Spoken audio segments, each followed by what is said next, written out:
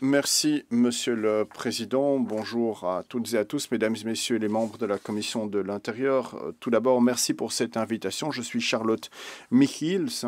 J'effectue auprès de la VVJ un travail d'ordre juridique. Je ne dois pas vous convaincre de l'importance de ce dossier, de l'importance de la transparence administrative pour l'accès aux informations pour les journalistes et certainement les informations importante, pas une information qui a déjà été policée. Donc, dans les 10 minutes qui m'ont été imparties, je vais me concentrer sur le présent projet de loi. Mais compte tenu de ces 10 minutes, ce qui n'est pas énorme, je vais quand même me concentrer sur la nouvelle section, donc les informations confidentielles dans le cadre de la mise en œuvre d'une politique ou d'une stratégie politique. Et puis, je vais parcourir toute une série de chantiers pour lesquels le projet de loi n'apporte pas de solution. Et je vais à nouveau me limiter, compte tenu du temps de parole assez limité, je vais me limiter aux différentes suggestions d'amélioration qui sont importantes pour les journalistes, à savoir les délais, d'une part, et d'autre part, la communication et la formation du personnel des autorités publiques. L'ensemble des autres suggestions, chantiers, points d'amélioration, vous les retrouverez dans la note de notre association qui a été élaborée avec le secteur, mais on ne s'est pas simplement limité aux membres. Nous avons interrogé des experts, des universitaires, d'autres organisations de la société civile. La publicité de l'administration est un droit fondamental qui existe pour l'ensemble des citoyens, qui n'est pas limité aux journalistes, et c'est essentiel pour assurer la transparence démocratique. Alors j'ai convenu avec Martine Simonis, donc notre collègue de l'Association des journalistes francophones, que je vais également utiliser une partie de son temps de parole parce que justement je veux intervenir plus longtemps.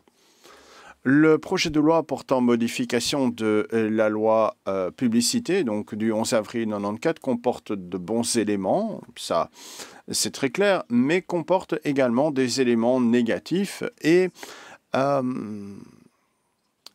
ne saisit pas une série d'opportunités qui sont données. Bon, tout d'abord, élément positif, l'extension du personnel, notamment à des catégories du personnel qui avant ne relevaient pas de la loi de 94. Je renvoie plus spécifiquement au cabinet des ministres et des secrétaires d'État, car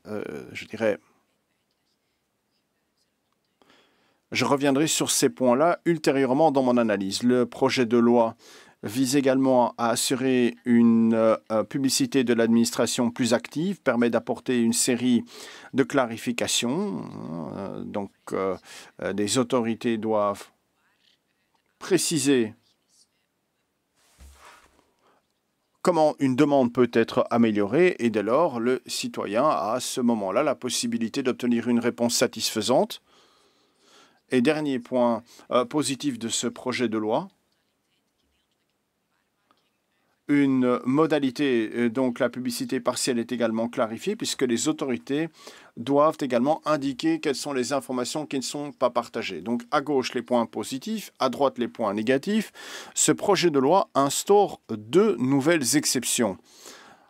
Alors que la liste des exceptions dans la loi du 11 avril 1994 était déjà très longue, il ne s'agit pas simplement d'exceptions quelconques, mais d'exceptions absolues. Donc il y a parfois des exceptions relatives, absolues aussi, absolues lorsqu'elles sont d'application à ce moment-là. Une instance administrative doit appliquer ces exceptions. On ne peut pas mettre en balance une série d'intérêts. Bien sûr, il faut toujours examiner le tout concrètement, mais l'importance de la publicité ne peut pas être mise en perspective par rapport à l'exception qui est prévue au niveau de la procédure. Alors, toute une série de points d'attention qui ne sont pas traités. La liste est très longue. Je n'ai malheureusement pas assez de temps pour parcourir toute cette liste, mais je vous invite néanmoins à lire la note que nous avons communiquée précédemment et cela devrait encore permettre de renforcer le texte de ce projet de loi. Comme je l'ai indiqué, je vais me concentrer sur cette exception. Donc, la première remarque Les cabinets ministériels et les cabinets des secrétaires d'État vont désormais relever du champ d'application de la loi, conformément à une recommandation formulée par le Gréco, qui est véritablement le chien de garde, le cerbère anticorruption au sein du Conseil de l'Europe, mais dans un même temps, ces cabinets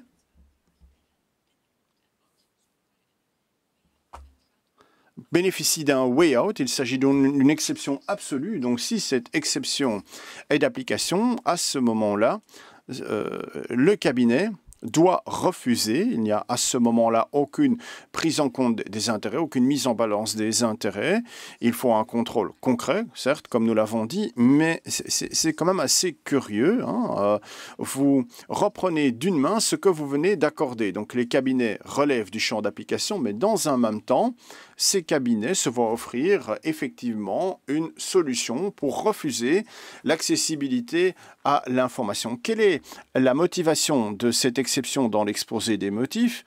Cette exception serait nécessaire pour pouvoir respecter la nécessaire confidentialité de certains documents émanant des cabinets.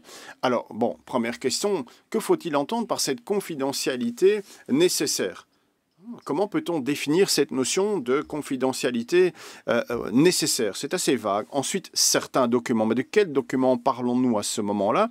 Il s'agit de documents qui répondent à trois conditions. Tout d'abord, des documents administratifs qui sont échangés avec entre un ministre, le secrétaire d'État et son cabinet. Il s'agit également de documents relatif à la mise en œuvre d'une stratégie de politique. À nouveau, c'est particulièrement vague.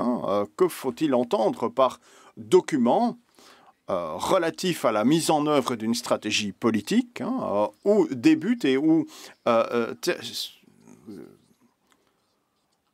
se termine cette notion? Il s'agit de documents qui ne sont pas encore finalisés et qui sont incomplets, simplement des documents préparatifs et qui ne sont pas exécutables. Je veux attirer votre attention sur le fait que les premières notions figurent déjà dans la loi du 11 avril 1994.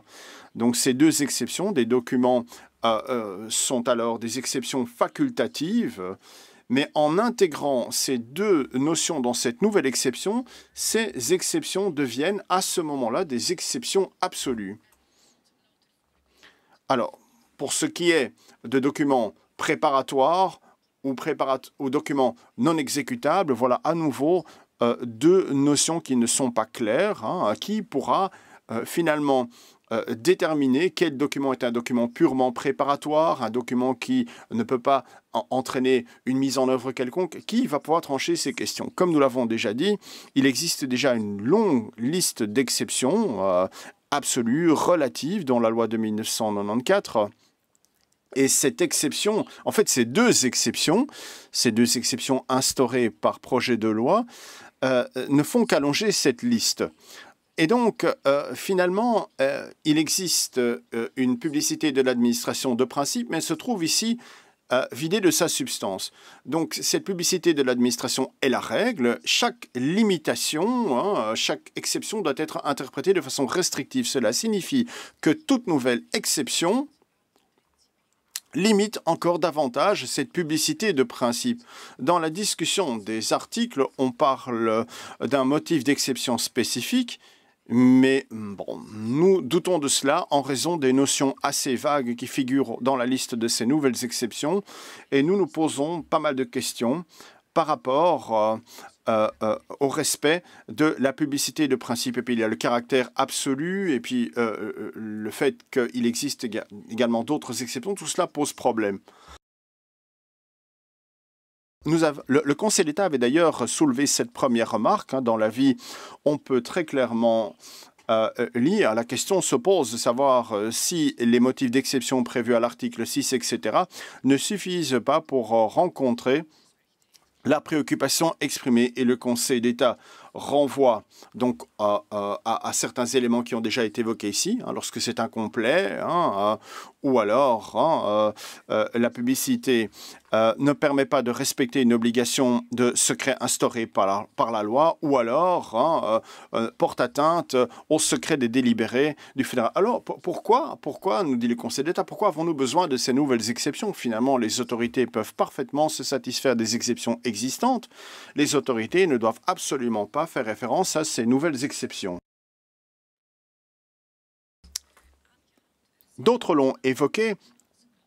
Il y a donc des motifs, des bases de refus absolus et relatifs. Il y a donc 2 motifs de refus absolu ajoutés à la longue liste. C'était finalement la volonté initiale du législateur d'avoir uniquement des motifs d'exception relatifs. Il faut chaque fois prendre en garde les intérêts qui sont visés par les dispositions, le droit à la protection de la vie privée. Donc ce n'est pas simplement la volonté du constituant que cette même vision est d'ailleurs confirmée par la jurisprudence de la Cour européenne des droits de l'homme. On retrouve également cette même vision dans la Convention de Tromsø, le traité de Tromsø.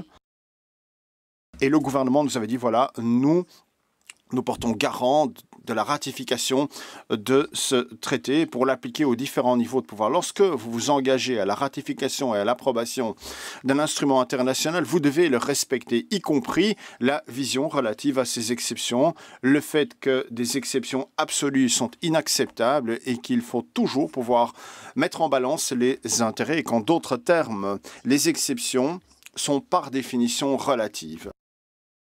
Il y a également des améliorations en ce qui concerne les motifs de refus individuels, absolus, relatifs dans la loi de 1994. Je n'ai pas suffisamment de temps pour analyser cela de façon détaillée avec vous, mais c'est un appel que je lance à lire notre note. Il me reste alors 2 remarques à formuler. Je suis ici pour représenter l'association flamande des journalistes. Pour les journalistes, les délais sont essentiels. Les journalistes... je dirais, sont liés par ces délais. Lorsque vous introduisez ce type de demande, vous êtes lié à un délai. Ce délai peut encore être prolongé. Si vous recevez une décision de refus ou il est question d'une décision dans l'attente, vous pouvez certes aller en appel où il y a une procédure de recours qui est également liée à un délai. Ce délai peut à nouveau être prolongé. Inutile de vous dire que toute cette attente, ces délais sont incompatibles avec les pratiques journalistiques. On peut aborder les choses autrement. Il ne faut pas nécessairement voir ce qui existe, je dirais, dans des pays exotiques. Vous devez savoir que chez nous, il est déjà question d'une procédure accélérée dans une ordonnance et un décret, notamment de la région de Bruxelles-Capitale. On peut également s'en inspirer, y compris à l'étranger. Il existe ce type de dispositifs qui permettent de réduire considérablement ces délais pour les demandes d'urgence. C'est notamment le cas outre-Rhin. Donc, comme je l'ai indiqué, il y a encore d'autres suggestions concernant la loi de 1994. Comme je l'ai dit, je n'ai pas suffisamment de temps pour évoquer cela. Tout cela figure dans les différents chapitres présentés ici à l'écran. Vous les retrouverez dans ma note. J'en arrive à ma conclusion avec une dernière recommandation, à savoir une recommandation en matière de communication et, je dirais, d'une formation axée sur la pratique. Tout cela reste toujours une question assez complexe. Il y a toute une série d'exceptions par rapport à la législation, alors que toute une série d'éléments techniques doivent être pris en compte. La communication pourrait déjà aider les demandeurs. Il existe déjà des communications par rapport à cette loi. On retrouve ça sur le site des affaires, ou plutôt de l'intérieur, mais cela pourrait être amélioré. Il faut par exemple dresser la liste des autorités. Il faut également dresser la liste des compétences fédérales. Le projet de loi instaure une série ou ajoute une nouvelle série d'instances au champ d'application. Cela vaut uniquement pour ce qui concerne les autorités fédérales. Aucun citoyen ne sait ce que sont précisément ces compétences fédérales. Il faut en dresser la liste, expliciter la procédure. Hein. Effectivement, toute une série de choses peuvent être améliorées et rendues plus accessibles. Ensuite, je dirais effectivement une formation axée sur la pratique pour les collaborateurs des autorités publiques. Hein. Les autorités qui reçoivent ce type de demande doivent pouvoir apporter une réponse, doivent savoir ce qu'il faut faire, qu'elle développe une forme de routine au niveau de l'interprétation de ces demandes hein, concernant la loi sur la publicité de l'administration. Et seule une formation peut nous aider à ce niveau-là. Voilà, je terminerai sur ces différentes considérations. Ce projet de loi est une opportunité qui nous est offerte. Bien sûr, nous sommes reconnaissants au gouvernement d'avoir pris cette initiative pour revoir la loi, mais tout cela est clairement perfectible. Cela pourrait être bien plus efficace, plus performant, et nous espérons que l'occasion sera saisie ici pour pouvoir effectivement apporter ces améliorations au texte. Merci pour votre attention.